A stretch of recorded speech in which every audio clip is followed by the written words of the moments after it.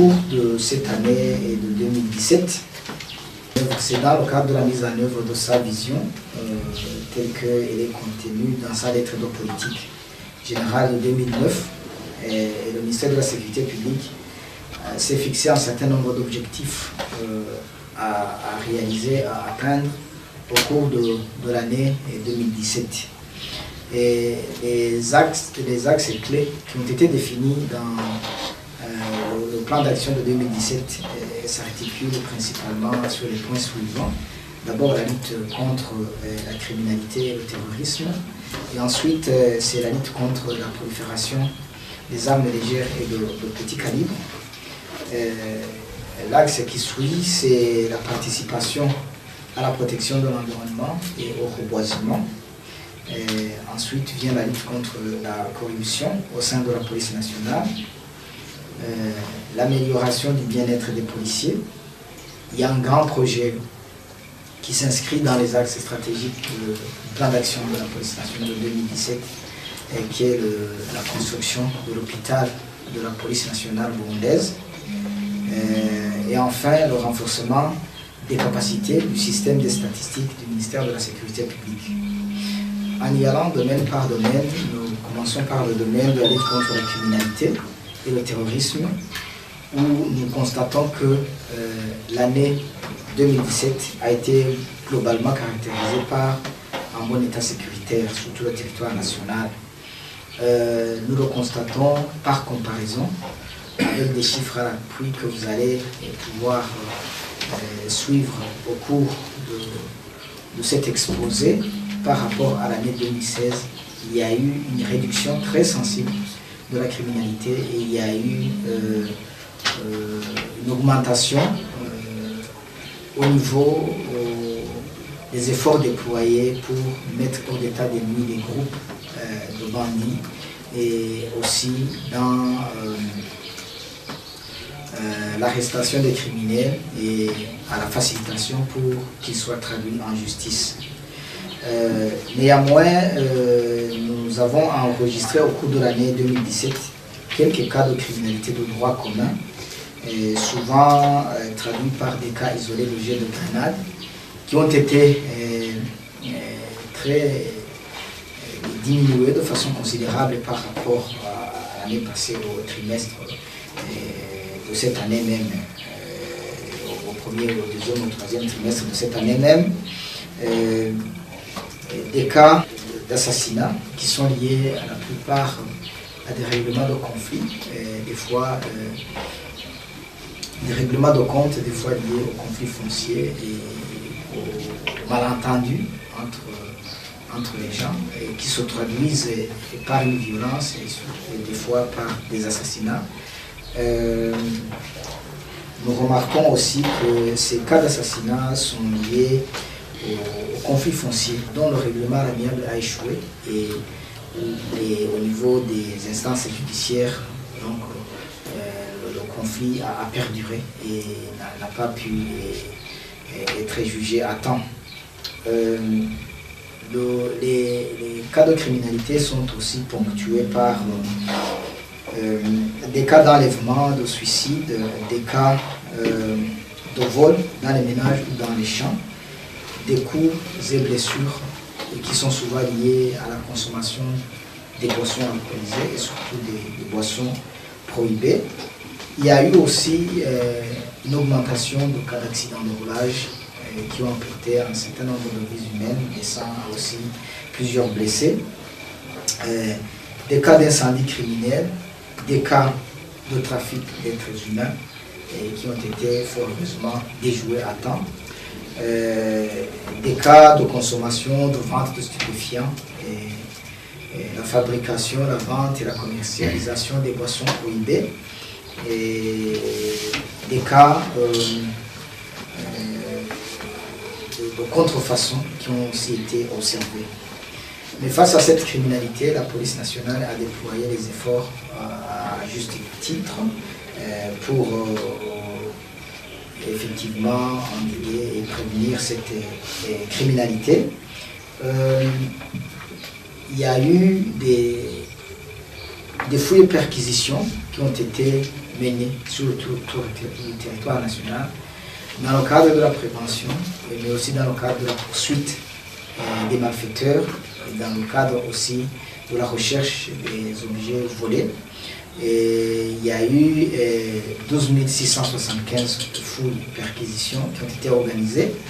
Et à partir de ces fouilles, la police a pu saisir plusieurs armes, 132 armes de plusieurs types, et des explosifs dont 392 grenades et 6 bombes de mortier, des mines antipersonnelles, des munitions et des chargeurs. La police aussi a pu saisir et détruire environ 700 000 litres de boissons prohibées et partant 245 bandes de criminels ont été démantelées au moment où 18 024 dossiers judiciaires ont été instruits. Et parmi ces dossiers, plus de 10 000 ont été transmis aux différents parquets pour compétences. Et dans l'entretemps, plus de 18 tonnes de chanvre à fumer et 16 000 boules ont été saisies, avec la destruction de 1575 plants de chanvre à fumer, ce qui montre que effectivement il y a un flux très important de drogue et surtout le cannabis. Et certaines quantités ont été saisies alors qu'ils venaient de la Tanzanie et d'autres sont produits localement ici. Il y a un homme qui cultive cela et qui vend cela. Et là, nous interpellons les forces de défense, de sécurité, la quadrilogie, à être très vigilants parce que, au vu de la superficie de la population du Burundi, 18 000 tonnes de chanvre à fumer, et c'est trop. Il faut que les gens prennent les dispositions qu'il faut pour décourager ce trafic, décourager cette forme de criminalité. Ici aussi de noter au niveau de la comparaison, comme je le disais tout à l'heure, la comparaison des statistiques nous montre une forte baisse de criminalité au cours de l'année 2017 par rapport à l'année 2016, où par exemple sur certains points forts comme les assassinats qui sont passés de 400 fois à 277 fois, les actes terroristes de 143 fois à 11 fois seulement l'année 2017, et les détentions illégales d'armes à feu de 161 fois au niveau de l'année 2016 à 42 fois au niveau de l'année 2017. La police a aussi étendu son champ d'action sur la sécurité maritime, où des opérations de lutte contre la pêche illicite ont été menées et des embarcations de fortune, des pirogues de pêche illicite ont été détruites, des filets de pêche ont été détruits. Plusieurs quantités, des milliers de moustiquaires qui étaient utilisés pour la pêche illicite ont été aussi détruites. Quelques cas de récalcitrants, un nombre de 70 personnes ont été appréhendées pour implication avec une amende de plus de 17 millions de nos francs. Dans le domaine de la lutte contre le terrorisme, l'unité antiterroriste a été renforcée et un escadron de la brigade anti-émeute a été formé, tandis que d'autres éléments à former pour le second escadron ont été identifiés. Ils ont pu avoir la formation nécessaire et les équipements qu'il faut pour prévenir et lutter contre les actes terroristes qui surviendraient sur notre territoire. Et par ailleurs, il y a des policiers burundais qui ont effectué avec succès des stages de simulation d'attaques terroristes, que ce soit à Bujumbura, dans d'autres provinces du pays, aussi à Ngozi, à Gitega et à Makamba. Et d'autres stages de simulation ont été faits au port Soudan, dans la République du Soudan. Au niveau de la lutte contre la prolifération des armes légères et de petit calibre, la commission permanente est chargée de la lutte contre la prolifération des armes légères de petit calibre a d'abord passé à la destruction des armes à danger, à la destruction des armes saisies et illicites. Et ensuite, dans le but de contrôle des armes, d'un contrôle efficient des armes, la dite commission a poursuivi l'identification des armes récupérées par la police nationale ou l'armée. Et elle a poursuivi aussi le relevage et le marquage de nouvelles armes. Il y a eu aussi des séances de formation, des séances de recyclage au niveau des membres de la commission, mais aussi au niveau de nos partenaires, incluant aussi un certain nombre de journalistes. Concernant la protection de l'environnement, le ministère de la Sécurité publique a organisé à travers les travaux communautaires et réunissant les cadres, la police, l'administration, des travaux donc, de reboisement, des travaux de plantation d'arbres, mais aussi de préparation des pépinières où plus de 42 000 plants ont été plantés sur la colline Ndabo de la province Mouramvia. Et aussi la police a suivi et coordonné les actions d'urgence de réhabilitation en cours de la rivière Nahangwa. Et d'autres actions de reboisement ont été menées, que ce soit en province de Makamba, en province d'Okar aussi, et dans d'autres provinces, aussi dans la province de Mouranga. Dans le domaine de lutte contre la corruption et la fraude, des séances de sensibilisation communautaire ont été identifiées et animées par la police de roulage. Il y a eu la formation des comités mixtes de sécurité routière pour effectivement la prévention des accidents, mais aussi la prévention de la corruption au niveau des voies routières. L'implication de tous a pu diminuer les cas de corruption sur la route, où nous avons enregistré une baisse de plaintes allant jusqu'à 75%. Et il y a eu des réunions d'information, de sensibilisation, mais aussi des réunions d'évaluation qui ont été tenues. Il y a eu plus de 500 réunions qui ont été tenues avec les membres de ces comités.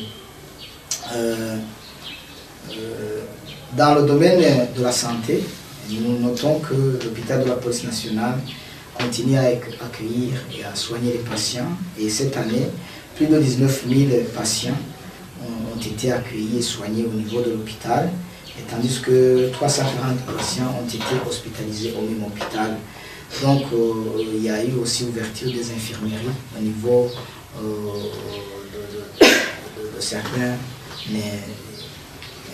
de certains démembrements de la police nationale au niveau des concentrés.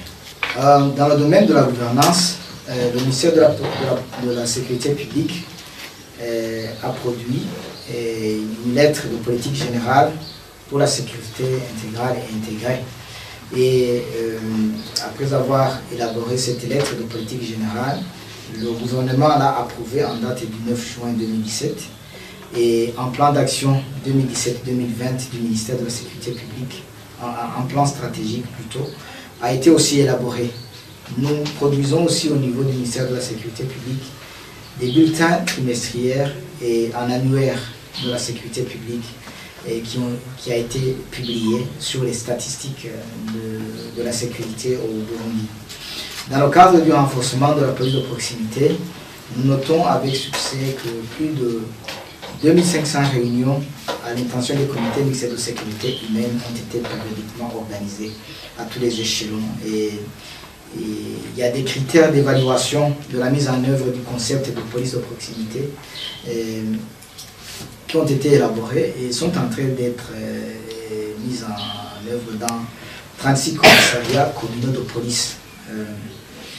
Nous allons maintenant voir le domaine de l'intégrité et du moral des policiers, ou dans le cadre du renforcement de la discipline, de la prévention des cas d'indiscipline au niveau de la police nationale. Environ 382 causeries morales ont été tenues par des cadres du ministère de la police nationale. Donc l'objectif était effectivement de s'enquérir de la qualité des services rendus par la police à la population et des conditions de travail des policiers dans leurs tâches quotidiennes, incluant aussi le recueil des propositions, des contributions des policiers pour améliorer les prestations de la police nationale. Dans le domaine de la protection civile, la population a été sensibilisée sur les missions du service de la protection civile pour qu'effectivement ils puissent comprendre le domaine de la prévention des risques et de catastrophes, de la gestion des risques et de catastrophes, de la résilience au niveau des catastrophes et effectivement de l'intervention et du secours en cas de catastrophe. Il y a eu mise en place des plateformes dans les communes de Nahangwa, Moha et Mukaza qui manquaient. Et il y a eu aussi l'élaboration des plans de contingence dans les provinces de Bubanza, Bujumbura et Makamba. Et mise en place des plans de contingence au niveau plus déconcentré dans les communes de Lugazi, Lishu, Ngozi, Mutumba et Mogui. C'est dans le cadre d'approcher de plus en plus au niveau déconcentré le concept de protection civile et les actions qu'il faut mener, etc. Au niveau de la formation, nous notons que les candidats officiers, les brigadiers et les agents recrutés en fin 2016 suivent normalement leurs cours dans les structures de formation de la police nationale. D'autres formations de recyclage ont été menées notamment à l'intention des officiers de police judiciaire et à l'intention aussi des policiers de l'administration centrale en matière de logiciels de traitement d'analyse des données statistiques.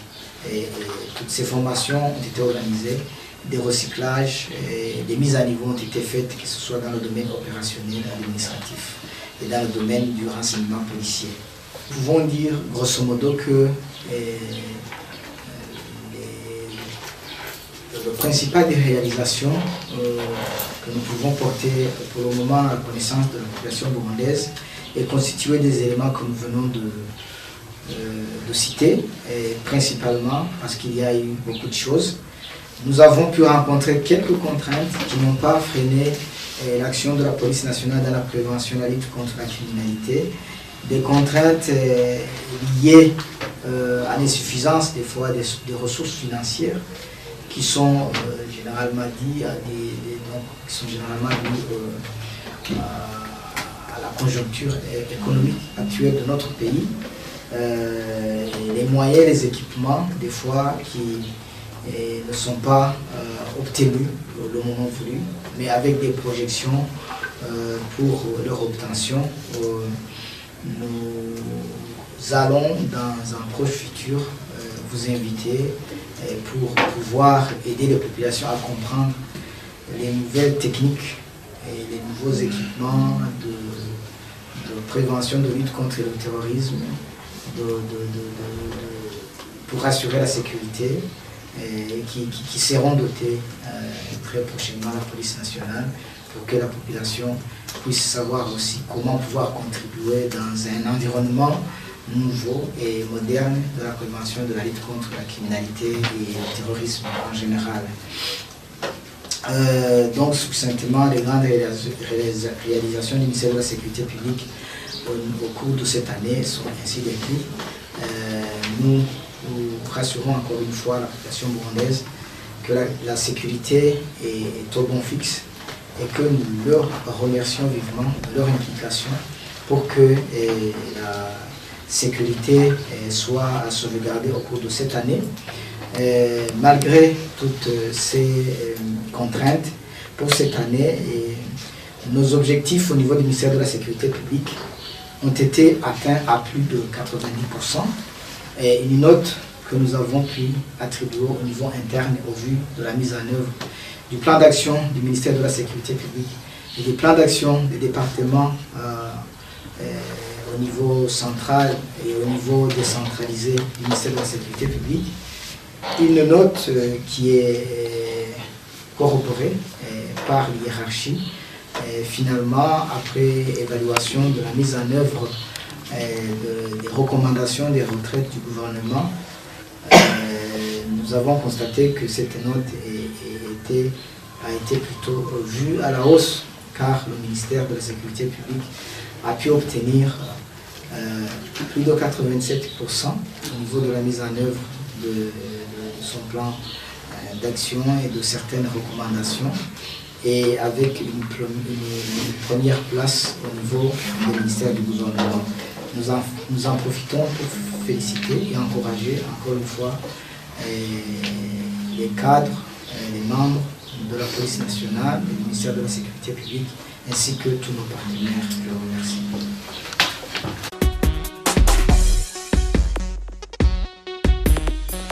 Le journal Iwachu, vous êtes revenu sur les chiffres au niveau des assassinats. Vous avez bien ciblé les assassinats, mais à part les assassinats, il y a d'autres causes qui font que les gens meurent. Nous avons des cas d'accident de roulage qui constituent des dossiers typiquement judiciaires, parce que s'il y a un accident, il y a un constat, il y a un procès verbal qui est fait de constat, il y a un dossier qui est ouvert, qui est transmis au parquet, puis aux juridictions compétentes. Il peut y avoir des cas de mort, des cas de blessés ou des cas de dommages d'autres biens matériels. Il y a des cas d'empoisonnement, il y a des cas de suicide, il y a des cas de noyade, il y a d'autres cas qui peuvent causer une mort humaine. Et tous ces cas sont recensés au niveau des différents départements de la police qui sont concernés, que ce soit au niveau de la police judiciaire, que ce soit au niveau de la police de roulage ou d'autres départements qui assurent les différentes fonctionnalités de police. Et sur ce, alors, comme nous le demandons toujours, si vous voulez des informations pointues, vous êtes toujours les bienvenus dans les différents départements de la police. Vous voulez des informations concernant les infractions, différentes infractions et tout ce qui est autour, allez au niveau de la police judiciaire. Vous voulez des informations sur la sécurité routière, allez au niveau de la police spéciale de roulage de sécurité routière. Concernant l'immigration, allez au commissariat général d'immigration. Concernant la sécurité intérieure, la formation, il y a des départements qui traitent de cela. N'attendez pas 3 mois pour venir poser toute une encyclopédie de questions au niveau du ministère, car pour y répondre à tous ces détails, peut-être ça nous demanderait une retraite. Et cela, je ne sais pas si vous serez d'accord avec moi de passer une semaine en train de disséquer tout ce qui est de la police, parce que vous avez aussi d'autres choses à faire. Mais vous êtes toujours invité à consulter cela. Donc, en guise de réponse, vous pouvez toujours vous référer à notre exposé, où nous avons effectivement quantifié, en différenciant, en comparant l'évolution positive de la sécurité et effectivement la lutte décroissante de la criminalité au niveau des assassinats. Il y a des chiffres qui ont été inventoriés au niveau de 2016 qui sont tellement différents de ceux qui ont été inventoriés au niveau de 2017 qui sont relativement très bas. Vous pouvez déjà vous référer à cela parce que ça a été dit dans l'exposé. Vous avez aussi demandé des cas de noyade. Vous avez appelé ça noyade. Si vous appelez ça noyade, c'est que ce sont des cas de noyade. S'il y a des gens qui se sont noyés dans les rivières, dans les piscines, dans les lacs, ce sont des accidents. Et ce sont des morts qui ont été causées par une noyade. Alors, nous les prenons comme vous les prenez. Ne cherchez pas à disséquer autour, à moins qu'il y ait des examens d'autopsie. Mais si vous appelez ça une noyade, c'est que quelqu'un finalement s'est noyé dans la rivière. Il n'a pas été pris de force et plongé dans la rivière, dans la piscine, dans la route que vous aurez observé, que vos correspondants auraient observé. Vous pouvez toujours nous aider effectivement à poursuivre. Parce que le premier témoin peut arriver au bord d'une rivière, dans le lac, d'une piscine, et voir quelqu'un qui s'est noyé, il dit qu'il s'est noyé, mais que par contre, un autre témoin aurait vu autre chose. Ce témoin-là existe et ils sont prêts à la voir, soit au niveau de la police, soit au niveau du parquet, soit au niveau des juridictions compétentes pour déposer son témoignage.